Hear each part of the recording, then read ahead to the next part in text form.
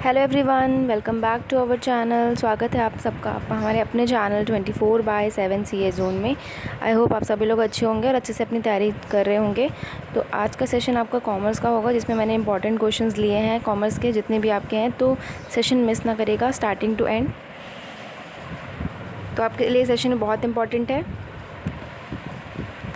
तो ये आपका टाइम टेबल है, जो भी क्लासेस हमारी यूट्यूब पे चलती हैं उसका time table Monday to Sunday तक, और जो पेड बैचेस है, जिन बच्चों ने पेड बैचेस लिए हैं उसका भी टाइम टेबल यहाँ पे दे रखा है। तो अपने आप अकॉर्डिंग देख लीजिएगा। साथ ही बात करते हैं कोर्सेज़ एंड ई बुक की। जिन बच्चों ने अभी तक पेड बैचेस नहीं लिए हैं या फिर वो जो बाय करना चाहते हैं, ई बुक लेना चाहते हैं, तो इसका लिंक डिस्क्रिप्शन में है। हमारा एंट्रेंस एग्ज़ाम का जो प्रिपरेशन है वो पूरा कराया जाएगा आपका पेड बैचेस में। सारे ही Lucknow university, DDU, Allahabad university और सारे जितने भी कॉलेजेस हैं सबका प्रिपरेशंस कराया जाएगा अंडर 2 to 9 रुपीज़ में। इसमें पूरा डिटेल कोर्स है, इसमें सारे प्रोवाइड किया जाएगा आपको। साथ ही ई बुक में आपका reasoning, mental abilities, aptitude, computer, video solution and model practice paper provide किया जाएगा। और दिए गए नंबर पे आप व्हाट्सएप कर सकते हैं। किसी भी तरह के आपको डिटेल चाहिए तो आप यहाँ पे व्हाट्सएप कर सकते हैं। यहाँ पे BA, BSc, BCom, BBA, MBA, LLB सारे ही कोर्सेज़ के लिए हम ओवरऑल रिविज़न करा रहे हैं। तो मेक श्योर आप लोग एनरोल कर लीजिए। और जिन बच्चों को ई बुक लेना है उसका लिंक जो है डिस्क्रिप्शन में दिया गया है, तो आप प्लीज़ चेक करिएगा।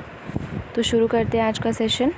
फर्स्ट क्वेश्चन है, which of the following organization issues the rule of global trade? A world bank, B international monetary fund, C world trade organization या फिर D international finance corporation. So which of the following organization issue the rules of global trade? इसमें right answer क्या होगा? तो इसका right answer होगा C world trade organization, यानी WTO issues the rules of global trade. तो C आपका right answer हो जाएगा। आगे बढ़ते हैं नेक्स्ट क्वेश्चन में। नेक्स्ट क्वेश्चन में पूछा गया था, headquarter of IMF and world bank are located at, मतलब जो हेडक्वार्टर है IMF यानी इंटरनेशनल मॉनेटरी फंड और वर्ल्ड बैंक का, वो कहाँ पे है? A Geneva and Montreal, B Geneva and Vienna, C Washington DC या फिर D none of this. So headquarter of IMF and world bank कहाँ पे लोकेटेड है? तो इसका राइट आंसर क्या हो जाएगा? C वाशिंगटन DC में। तो C वाशिंगटन DC जो आपका राइट आंसर हो जाएगा। जो हेडक्वार्टर है IMF एंड वर्ल्ड बैंक का, वो कहाँ लोकेटेड है? वाशिंगटन DC में है। उसके बाद आगे बढ़ते हैं नेक्स्ट क्वेश्चन में। नेक्स्ट क्वेश्चन में पूछा गया है, which of the following is a retail banking product? A home loans, B working capital finance, C corporate term loans या फिर D इंफ्रास्ट्रक्चर फाइनेंसिंग। तो which of these is a retail banking product? इसका right answer क्या होगा? तो इसका right answer हो जाएगा B working capital finance is a retail banking product. तो B आपका राइट आंसर होगा। आगे बढ़ते हैं नेक्स्ट क्वेश्चन में। नेक्स्ट क्वेश्चन में पूछा गया है, what is the full form of NSE, यानी NSE का क्या फुल फॉर्म होगा? A new service exchange, B new stock evaluation, C national stock exchange या फिर D नेशनल सर्विस एम्पोरियम। तो NSE का वो क्या फुल फॉर्म होगा इसमें? तो NSE refers to national stock exchange, C। तो C national stock exchange is the right answer. NSE refers to national stock exchange. आगे बढ़ते हैं नेक्स्ट क्वेश्चन में।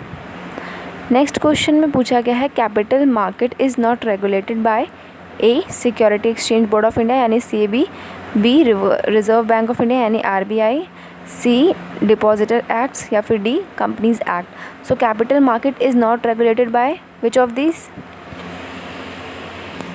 इसका आंसर आप लोग को कमेंट्स में करके बताना है कि इसका राइट आंसर क्या होगा।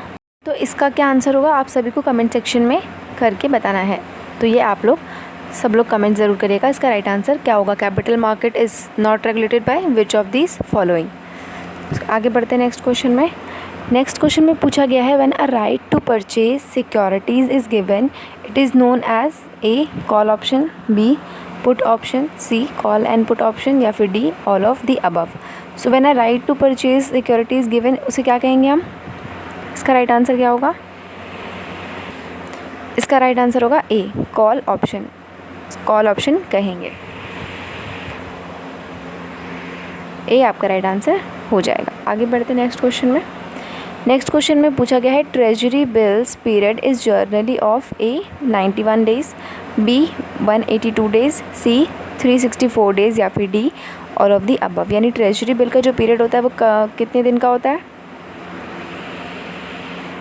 तो इसका राइट आंसर हो जाएगा सी 364 डेज़ का होता है। तो यहाँ पे सी आपका राइट आंसर हो जाएगा। आगे बढ़ते हैं नेक्स्ट क्वेश्चन में।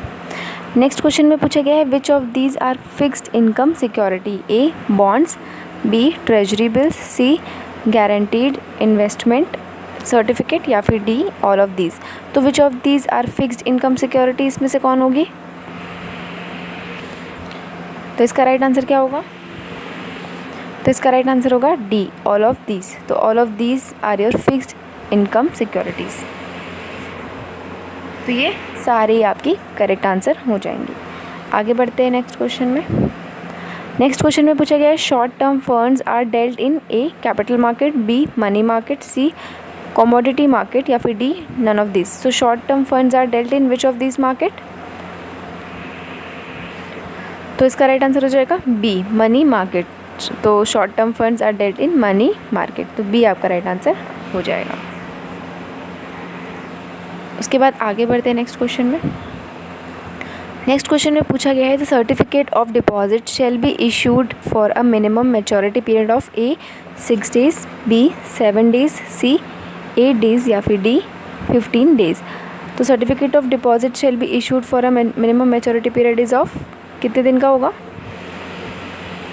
तो इसका राइट आंसर क्या हो जाएगा? B 7 days. तो 7 डेज आपका राइट आंसर हो जाएगा। आगे बढ़ते हैं नेक्स्ट क्वेश्चन में। नेक्स्ट क्वेश्चन में पूछा गया है inventory turnover measures the relationship of inventory with A average sales, B cost of goods sold, C total purchase या फिर डी नन ऑफ दीज। तो inventory turnover measure the relationship of inventory with, so inventory turnover measure the relationship of inventory with which of these? इसका right answer क्या होगा?